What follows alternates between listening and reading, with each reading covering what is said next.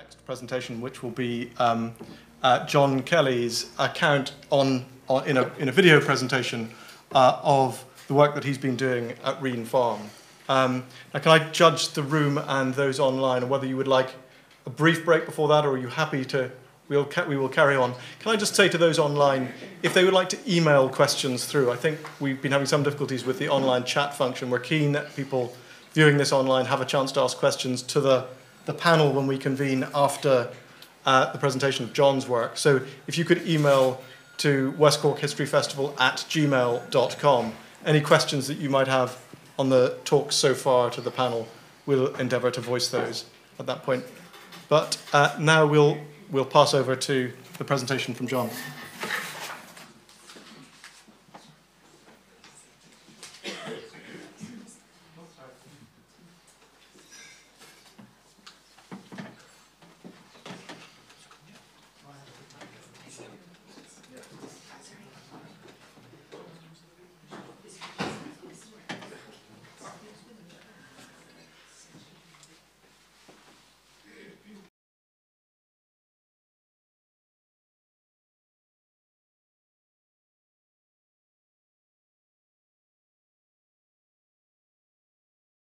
I'm in Reen Farm, which is an extraordinary place that was happened upon by John and Christine Kelly in a series of bizarre coincidences and chance, or maybe not, that led them here over time.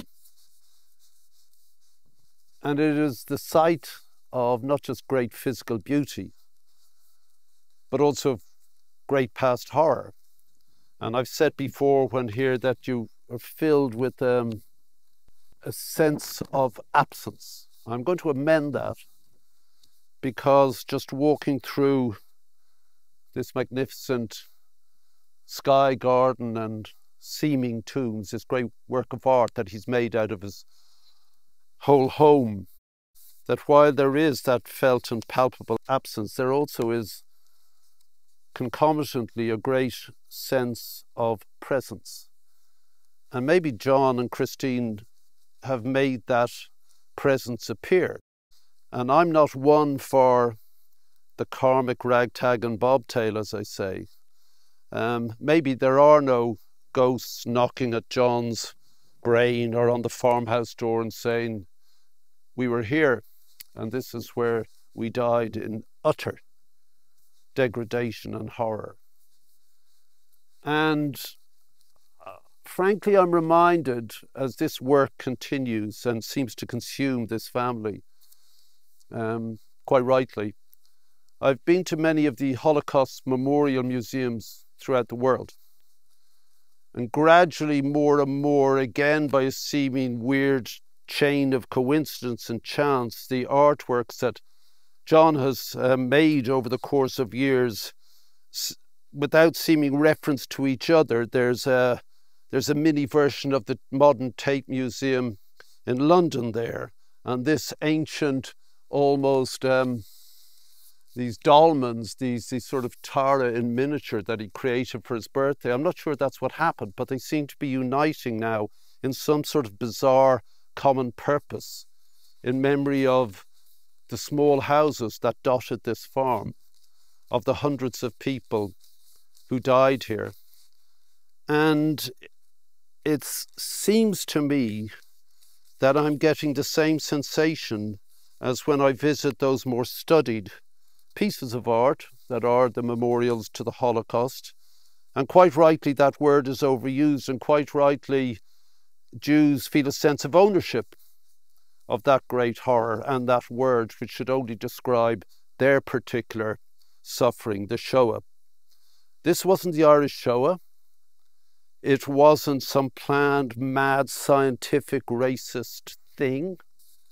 This was a combination of bureaucratic inertia, confusion, agricultural failure, a social system that just simply couldn't deal in the course of 3 or 4 years with the decimation of the Irish population, a reduction by 50%, which in anybody's language must be deemed a holocaust, just sweeping through a land and taking the people, their language, and all that vast culture away from them. and it was noted by the people around them. It wasn't ignored by anyone, which is part of the oddness of this terror. And one of the people who couldn't turn away was one of the worthies of the town, one of the few middle class of the town, a justice of the peace. And he seems to me to be a very modern man. It's a bit embarrassing that it's me talking about this, but I pointed out to the West Cork History Festival people that this man, this good man, N.M. Cummings, this Justice of the Peace, had written his letter to the London Times on Christmas Eve, 1846. And all the language of this letter and the people to whom he addresses and the sort of moral arm lock he puts on them is very reminiscent to me of that time in 1984 when we were alerted to the great African famines, which lasted more or less the same period of time, and which wasn't as devastating as what happened to the Irish in terms of numbers or indeed in terms of the cultural meaning. Cummings wrote this on Christmas Eve. What Band-Aid tried to do was to use the notion of Christmas, where we become expansive, where we exchange gifts, where we open up to others, where we do begin to notice the homeless, or where we do begin to invite people into our homes, where families make up and break up again, where old enmities should be put to rest, even if they're revived again a week later. And he's using that time, and he's appealing to the leaders of that country and saying, I'm writing to you directly. There's no turning away now from the civil service reports. I'm telling you boldly, and I am substantial. I am a minister of the court. And I'm telling you this is what's happening.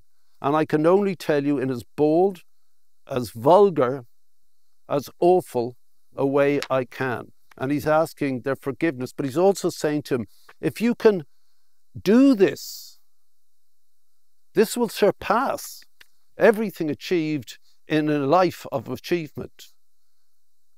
And we have a young queen, and she is a woman, and she must not and will not turn away. I've subsequently learned that within 2 weeks of this letter being printed in the Times, and this is another significant factor, like in 1984, there is now a global medium. The Times had become a significant channel of communication with everybody at this stage. Newspapers were a mass medium for the first time almost. So this man Cummings, out of Skibbereen, County Cork, knew exactly what he was doing. And 2 weeks after this letter, at this time of the year, to these people, the Queen started the British Relief Association with £20,000, which was effective. In one of the reports I was reading just this morning, a lot of the relief for a certain period came through that organisation. Of course, we subsequently know what happened, and it's resonated palpably down all these years, so that the Irish in principle in general respond almost like, again, not particularly one of those things I believe in, a folk memory kicks in. But being here on this sacred and hallowed ground, where John and Christine are trying to find the names of the people here, remember them, etch them in stone, place them in the ground upon which they lie, then as I say, they are absent. They were absent within their own lifetimes, but they're coming back. They are not forgotten. Their presence becomes more and more real. That is not only something wholly desirable, it is something classically historical. And I hope people aren't offended by this, but it is a great work of art because it is what art does. It enables humanity because humans at their ultimate are creatives. They're using this. If only this appeal to this had worked in 1846. The Think and Thank Garden, Genesis, begins in 2009 after I attended a lecture by Catherine Marshall, the former head of collections at the Irish Museum of Modern Art. It was held at the West Cork Art Centre and titled Visualising the Unspeakable, an Unresolved Dilemma for Irish Artists. Marshall addressed the fact that there was a scarcity of fine art relating to Gorta more, and put forward the experience of R.G. Kelly, an Irish artist who exhibited a painting of an eviction scene at the British Institution in 1853. Strickland, in his Dictionary of Irish Artists, records that the painting, an ejectment in Ireland or a tear and prayer for Erin, was much criticised as a political picture which the artist never intended, and was actually discussed in the House of Commons. Kelly got the message and appears to have avoided such subjects for the remainder of his career.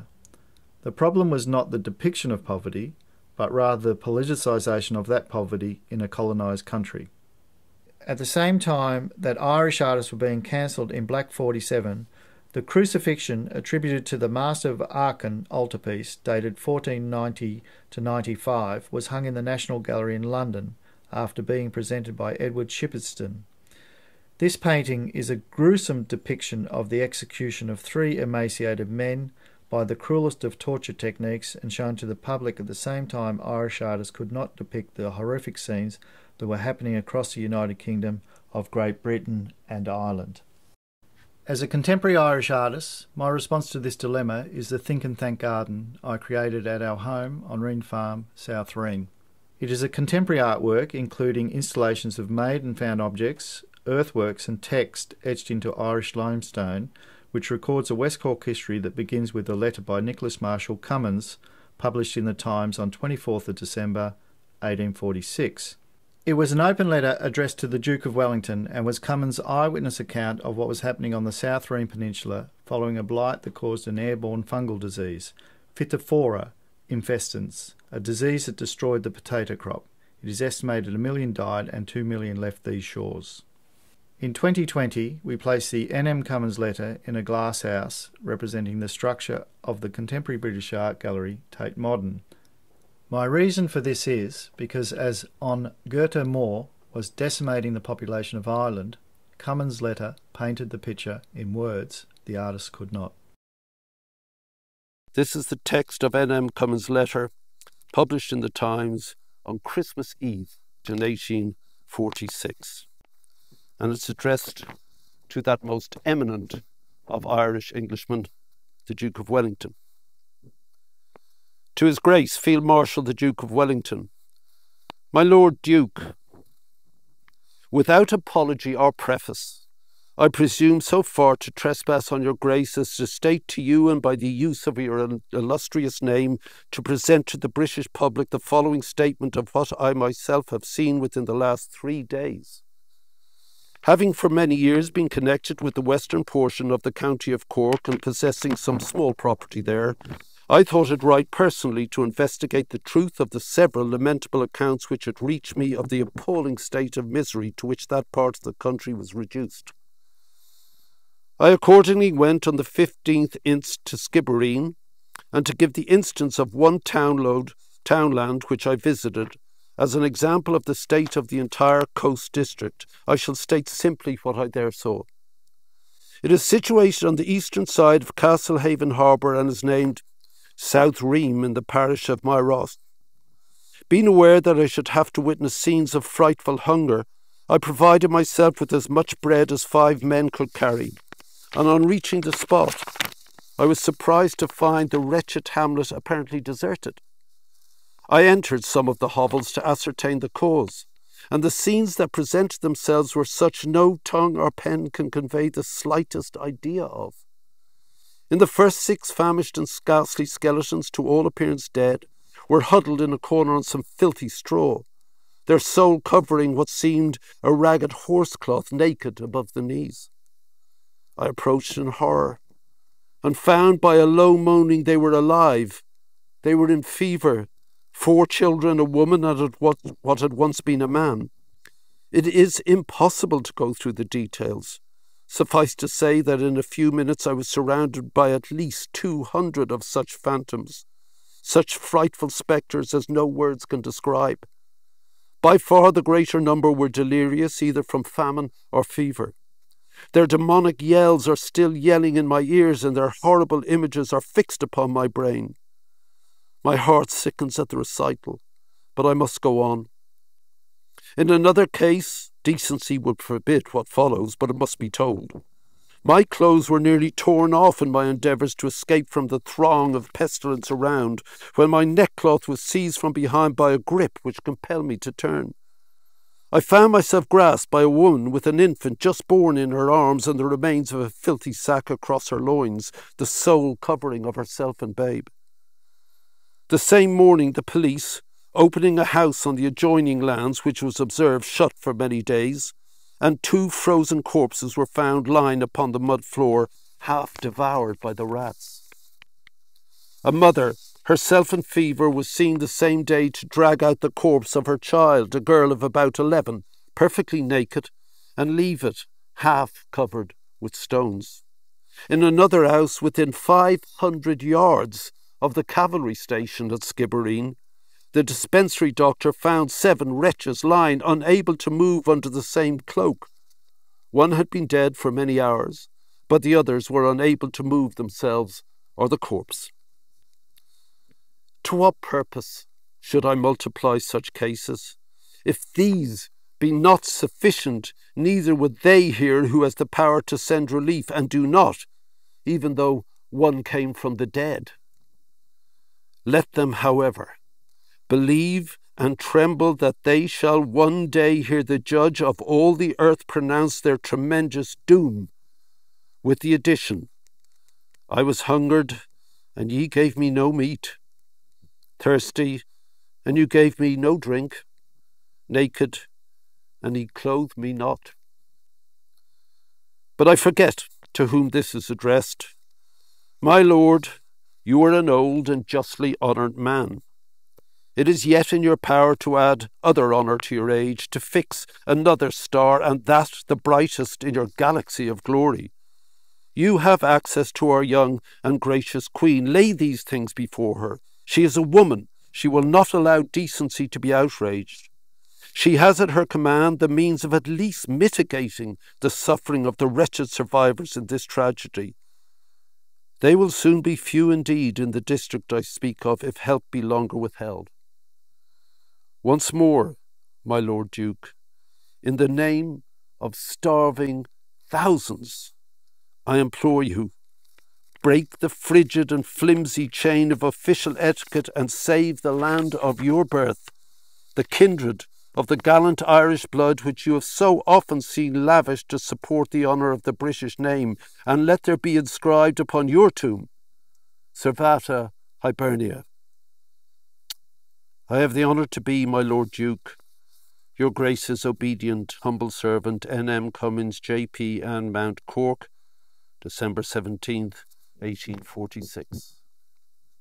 Just as Cummins was penning his harrowing descriptive letter on 17th of December 1846, the Liverpool stipendiary magistrate Edward Rushton claimed that 15,000 Irish starving paupers had landed in Liverpool that same month. They had travelled on the steamers from Cork, Dublin and Sligo. In the Irish language, an Gorta mór means the Great Hunger, which is the more accurate description of what is often called the Great Irish Famine. To show that food was available, but not necessarily accessible, I quote John Besnard, the General Weighmaster in Cork, who at that time gave testimony to the Select Committee on Emigrant Ships, where he stated, "The fare from Cork to Liverpool was 10 shillings, and he had witnessed a steamer carrying 1,100 deck passengers and 300 pigs below deck. The fare for the pigs was half that for a passenger, but the pigs, he claimed, were better looked after because they were of value to someone." Another example is written by Edward Cardwell, a Liverpool MP, who read this report to the House of Commons. "There were accounts of people crowding between the cattle for the sake of the warmth, amidst a floating mass of salt water and animal excrement. In other words, these poor people came over here subject to every conceivable horror and misery in the passage. The House of Commons was familiar with the case of the Londonderry steamer, and it would be well if it were, but this report spoke of the dead bodies frequently brought on shore and of women brought to bed on the passage. Police constables stated they seen persons frozen to the deck. Besnard also stated, "I've gone to Liverpool expressly to wait the arrival of Irish steamers, and no language at my command can describe the scenes I witnessed there. The people were positively prostrated and scarcely able to walk after they got out of the steamers, and then they were seized hold by those unprincipled runners so well known in Liverpool. In fact, I consider the manner in which these passengers are carried from Irish to English ports is disgraceful, dangerous and inhuman." Having survived starvation in Ireland, death was prevalent on the sea crossings to Liverpool, as reported on the Londonderry steamer tragedy by the Times in December 1848. The scene on entering the steerage of the steamer was as awful spectacle as could be witnessed. 72 dead bodies of men, women and children laid piled indiscriminately over each other, 4 deep, all presenting the ghastly appearance of persons who had died in the agonies of suffocation. Very many of them covered with blood which had gushed from the mouth or nose, or had flowed from the wounds inflicted by the trampling of nail-studded brogues, and by the frantic violence of those who struggled for escape. For it was but too evident that in that struggle the poor creatures had torn the clothes from each other's backs and even the flesh from each other's limbs. Having safely arrived in Liverpool, they faced further hardship, including immediate deportation back to Ireland, as described by Rushton, the stipendiary magistrate, who on the 21st of April 1849 wrote to Her Majesty's Secretary of State for the Home Department with the following: "I saw from day to day that the poor Irish population forced upon us, in a state of wretchedness which cannot be described, would within 12 hours after they landed be found among one of 3 classes, viz., paupers, vagrants or thieves. Few became claimants for parochial relief, for in that case they soon discovered they might be at once sent back to Ireland. Many of these forlorn creatures became beggars, many of them thieves. The truth is that jails, such as the jail of the borough of Liverpool, afforded the wretched and unfortunate Irish better food, shelter and raiment, and more cleanliness than it is to be feared many of them experienced elsewhere. And hence it constantly happens that Irish vagrants who have been offered them the choice of being sent to Ireland or to jail, in a great majority of cases desire to go to prison. The fact being that the English jails are excellent winter quarters for starving Irish paupers. And in consequence the jail of Liverpool, which ought never to contain more than 500 prisoners, has now 1,100 within its walls. The cost of all this to the people of Liverpool, both in the augmentation of parochial and of legal charges, is absolutely enormous." So why did N.M. Cummins address his open letter to the Duke of Wellington? The Duke was born Arthur Wellesley at 24 Upper Miriam Street, Dublin. When Wellesley became the Duke of Wellington, he became the most prominent military man of the age. His victory at Waterloo not only ended the era of Napoleon, but made Britain the most powerful and influential nation in Europe, indeed in the world. He later served as Prime Minister and leader of the Conservative Party. In 1842, Wellington was named Commander-in-Chief of the British Army, a position he kept until his death in 1853. Wellington was close to the Queen and often carried out instructions on her behalf. He was godfather to one of Victoria's children.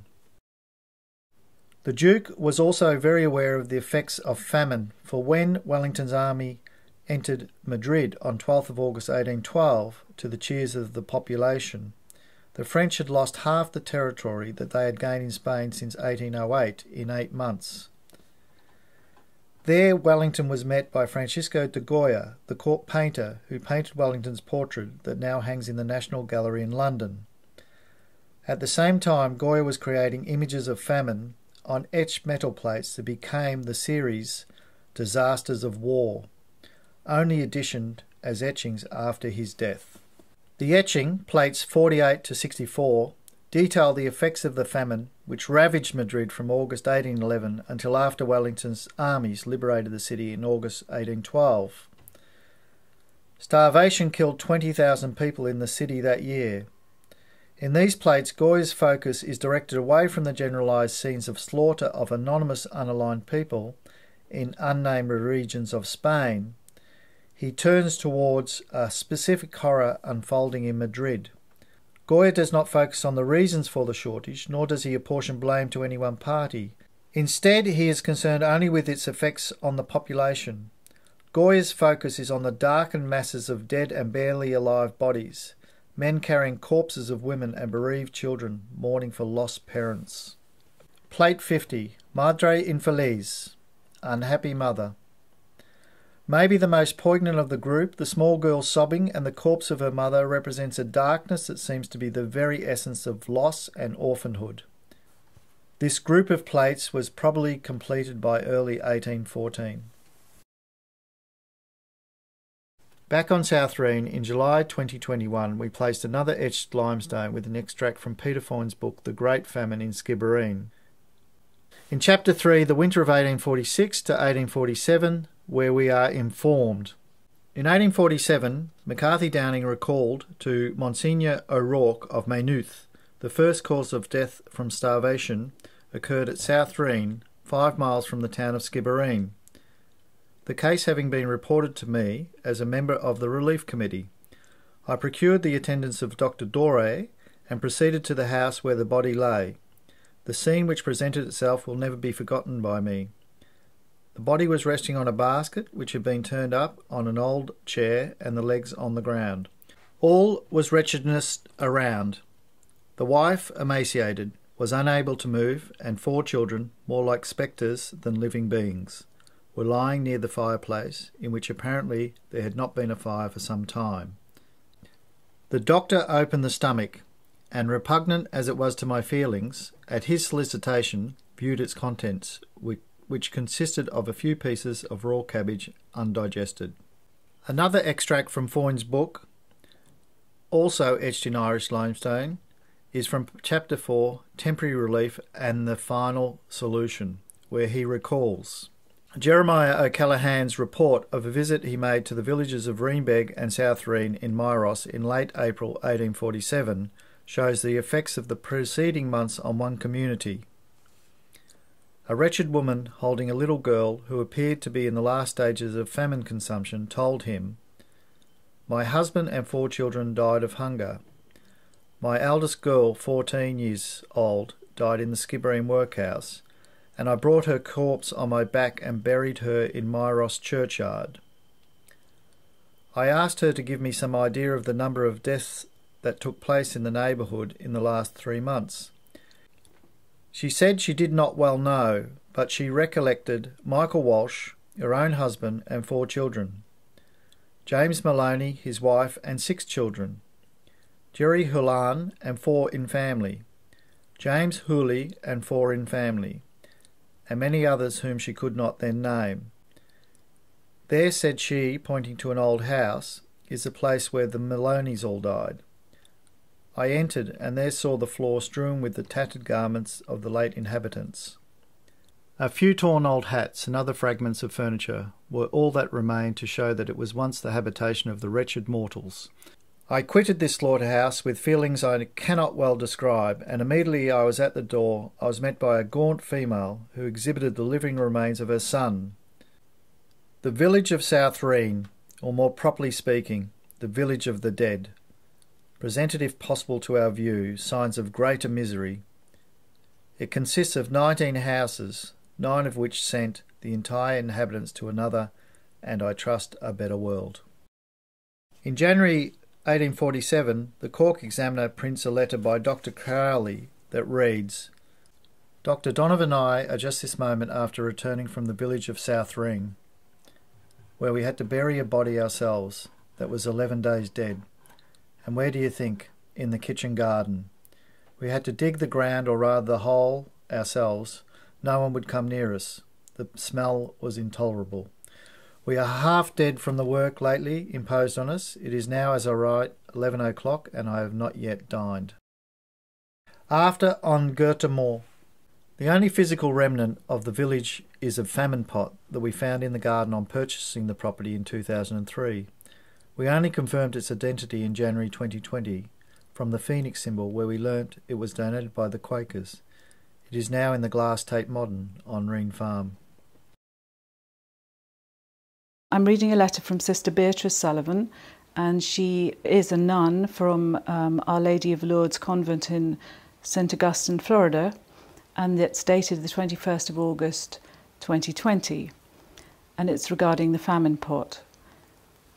In regards to the famine pot, it's quite possible it was used for soup during the famine. Then it was left resting peacefully.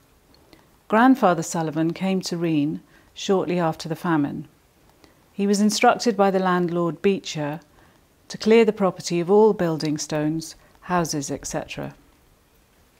At some point, the pot was installed in the dairy in the left-hand side corner.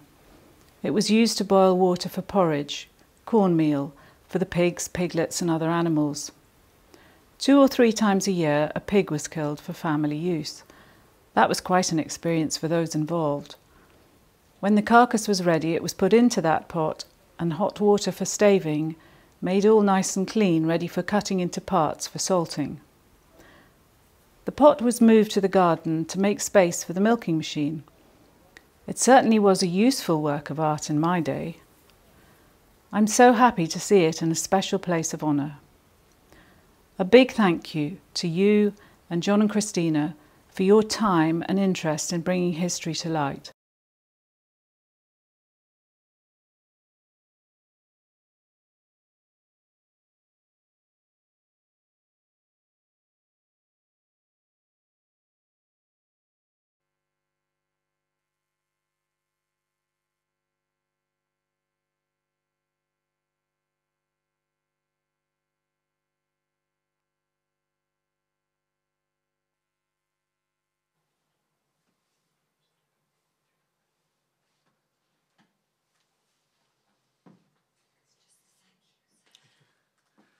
Well, we should thank you, John. I know you'll join the panel in a few minutes, but I think fascinating to hear your thinking and Christina's partnership with you as you reflect on the history of South Reen. So thank you very much for that.